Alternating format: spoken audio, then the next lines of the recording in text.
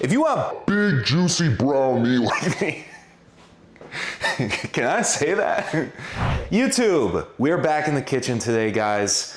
Everybody, sorry, I didn't even intro the video. How have you been? It's nice to see you. Everybody messes up this protein source, and I am just sick of seeing it. I'm sick of seeing boiled looking gray ground beef when, frankly, as bodybuilders, there are so few fats that we get to enjoy throughout the day that you cannot be having such a massive fat source like ground beef and eggs be coming out terribly, okay? So today's video, I'm going to give you the full breakdown on ground beef cooking. I actually made this video 3 years ago, but that one was kind of all over the place. This is actually going to be comprehensive on how to make your food good because, like I said, this is such a big part of what we do, and food needs to taste amazing, all right? Especially ground beef because it has so much potential. So I'm gonna get the pans out and I will explain how to cook ground beef. All right, we have 93.7 grass-fed ground beef. Look, I'm a huge fan of grass-fed. Do I think it's absolutely essential? No, although I will say ground beef, red meat in general, cow has a certain level of linoleic acid, omega-9 fatty acid. And so when you're just eating regular ground beef, your ratio of omega-3 to omega-6 can go out of whack. Obviously, red meat consumption isn't that high, but still, if your omega-6s are too high in relation to 3s, you can have pro-inflammatory effects. When you grass feed a meat, a animal, the ratio of omega-3s is higher, which is more in the proper ratio of omega-3 to omega-6 that you want. And having this correct ratio, supplementing with fish oils, if you do not fill the gap and things of that nature, can be very anti-inflammatory. So it can be better for your gut health, better for your body's total systemic inflammation, your joints, everything, you know, downstream that comes from the small choices that we make. And one of those choices can be grass-fed meat. All right, so we have 93.7. I feel as though this is the most typical bodybuilding ground beef to use. Some people like 93.6. I think that's great. I just think this is a lot more common. So cooking 93.7, we're cooking it on the pan, and yeah, that's pretty much what we're gonna do. All right, huge consideration for your pan. This is where a lot of people go wrong. You need to let the pan come up to temp. And what is temp? Honestly, I don't have anything concrete to give you. Just hot enough where you put the meat down and it instantly sears. It instantly has that sizzle, that pop to it. You don't wanna put the meat onto a cold pan because essentially what's gonna happen is all of the water in the protein of the meat, like literally in the muscle cell, is going to leave, right? And it's going to leave if the pan is not hot enough, and a bunch of water is going to congeal in the bottom and essentially just boil the meat. It's not going to be good. Yes, it will come up to temp. Yes, it will be cooked, but that's not the goal here, right? The goal is to have like a nice, crispy, delicious ground beef bite, almost like a smash burger, right? Now, the reason smash burgers are so good and your ground beef sucks is mostly because of the fat content. So when we're working with something like a lean cut of meat, we have to be more particular about these things. And by allowing the pan to come to temp, you're gonna have the Maillard reaction, which is where, I might be wrong, but I think the sugars in the glycogen of the water or something like that basically meet with the pan and they like caramelize. It has this nice crisping effect. So all that's to say, go medium high on the temp and let your pan get freaking hot, okay? Be patient. You touch it, ow, that kind of hurt. Your pan's probably ready, okay? If you have a nice, what's this called? Non-stick pan, like I do, don't get it too hot or you will absolutely ruin your pan and then that won't be good, right? Because you'll have to go to the store and buy more pans. So medium high, practice a little bit of patience, 5 to 7 minutes, and then you'll be good to go. All right, I've done a lot of meat cooking in my life. Add up 3 meals, times 360 times 6. That's how long I've been on meal plan. That's how long I've been doing this. So I know the most effective way to prep your meat is with saran wrap. Put saran wrap on the island. Then when it's ready, you can slip your hand under the saran wrap. You can smack it on the pan, and then you're chilling. But pound of ground beef, maybe you do multiple pounds at a time. That also works. I'm just gonna do one now for the sake of this video. All right, and we wanna increase the surface area a little bit.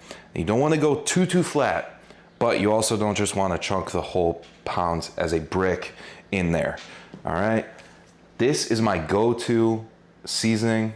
It's steak and burger by Famous Dave's. Is absolutely fire. Honestly, I only use seasoning from this brand, so do it that way you will. Maybe I'm just uncultured, you know, maybe I haven't explored other brands. But I will say, you put seasoning on meat sometimes and it burns to the pan. That shit drives me nuts. This is super thin, it's super powdery, so there's no like residue for it to leave and go anywhere else. But yeah, season the side of the meat that you're gonna put straight down, just like that.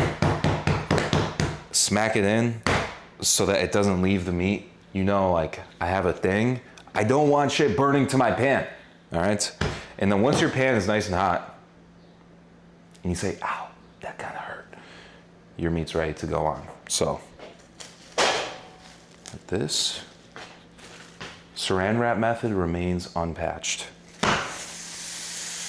Boom, there you go. Season the top.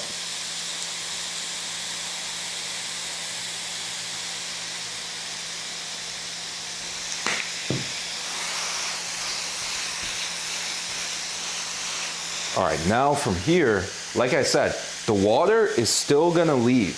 So we need to give it a ravine. We need to give it area for it to leave and go up and not stay underneath the meat. So we have big slab here, and you basically just wanna break it up into multiple sections, just like this, all right? Now, once you have your little meat islands, we're just gonna let it sit. Genuinely just don't do anything for like 3-5 minutes. Let that char develop, let that sear develop underneath, and then we'll flip it over. We'll let the other side sear, and then we'll break it up. If you go in with like the, you know, people have like those meat smashers that have like the 4 sides and stuff. If you go in with that right away, there's too much surface area that's being exposed to some level of heat. And so all the water's gonna leave, it's gonna boil it. That's like a theme of this video. You don't want the water to leave, you don't wanna boil your meat. That's bad, boiled meat's gross, seared meat's good, my meat's the best. You need my meat. You need my meat. Buy my cookbook.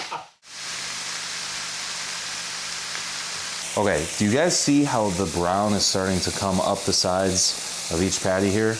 Now we're gonna stick this in and then almost kind of move it around, because the seasoning, whatever the case may be, it's kind of making this crust on the pan around it, right? So we want to use the meat patties to basically just soak that up, obviously keep things moving, because this part of the pan is going to be hotter than this part of the pan that's underneath the meat, because the meat is cold and the meat is essentially absorbing heat. So when you move a piece from here to here, that sear will kick up because that part of the pan is hotter. So basically just moving it around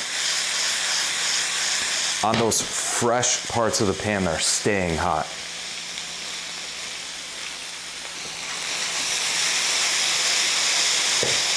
Dude, that sear is nice.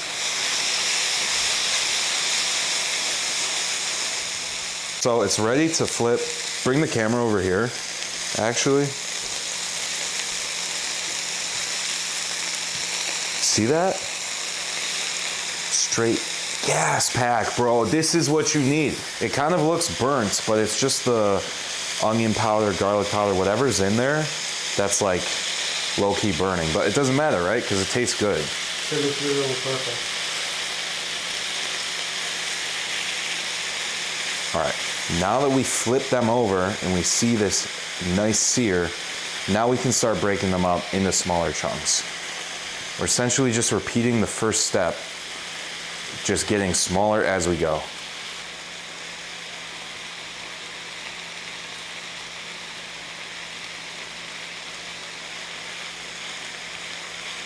Boom, and then we just move it around to the hot parts of the pan and just let these sear up.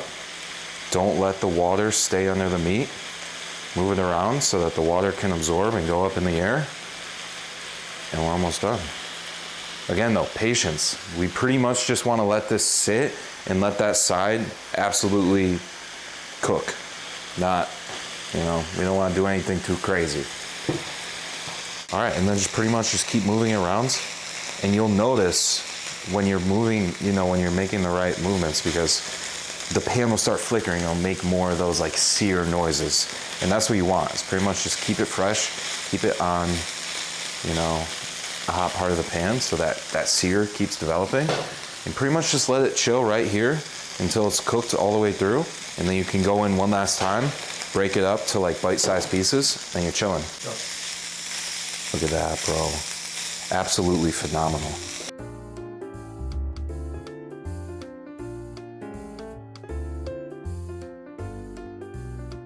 All right, as you can see, beautiful, crispy, delicious, juicy, amazing. All right, enough. Ground beef cooked. It's pretty great. It's probably the best tasting protein source really that we eat. Ground beef, eggs. I don't really know much else that compares to ground beef and rice, to be completely honest with you. Maybe sushi, and that's like all time foods that I really yearn for. All right, but you might have remembered ATC. You always tell us cook our red meats raw so that we have an accurate measurement. That is true. So if you are cooking a pound, if you are cooking multiple pounds, divide the cooked total by how many meals it should cover. So I always do 8 ounces raw weight of ground beef, and so a pound is 2 servings. So the cooked weight total is 330 grams, and then so per meal, I will just do 100, shit, I'm so bad at math. Damn, this is kind of embarrassing. I should know this. 165 grams. Should we include that or should we redo it? All right, fuck it, man. 165 grams per meal. That's how I know I'll get the exact raw weight. Just cook the whole pound, divide it in 2. Cook 3 pounds, divide it by 6. It doesn't really matter, but it does matter that you weigh your red meats raw. And the reason is this went from 16 ounces to 11 ounces. So if you're weighing out 8 ounces cooked weight and you're supposed to be doing 8 ounces raw weight, you're eating like 2.5 more ounces of meat than you should be. And that's a problem, all right? Because you might be overdoing it on your fat intake. And then the other thing is I cook my ground beef a lot. I make this very crispy, very nice. You might cook it less, you might cook it more. And so the amount of water and the amount of weight loss that each meat source has in the cooking process is going to vary. The one thing that does not vary is the raw weight. So weigh your fat-containing protein sources raw is going to make your results way better because you're operating with a greater degree of accuracy. It's going to make it a lot more predictable as for what your physique outcomes are going to be. Because if you have all this variation in how your ground beef is cooked and how it's weighed out every single time, you might have these fluctuations throughout the week. You might not know what you're doing wrong, and that might be it. Okay, so I'm not sure of anything else I need to cover in this video. But yeah, I hope you enjoyed, and I hope that you can make ground beef that doesn't suck anymore, all right? Because it's a massive problem in fitness, okay? But yeah, I hope you enjoyed. I will see you soon. All right, class, today we're having ATC's meat. Fuck, it doesn't work. All right, class, the menu consists of my meat. No, damn it, that sounds wrong. All right, class, today I'm gonna put my meat, today I'm putting my meat in my mouth. Fuck. Why can't, Isaac, how are we supposed to intro this video? All right, class. Today it's time to make juicy, voluptuous brown meat. Fuck. That's it. I give up. I give up. Honestly, cut the video. We're not posting this. This is retarded.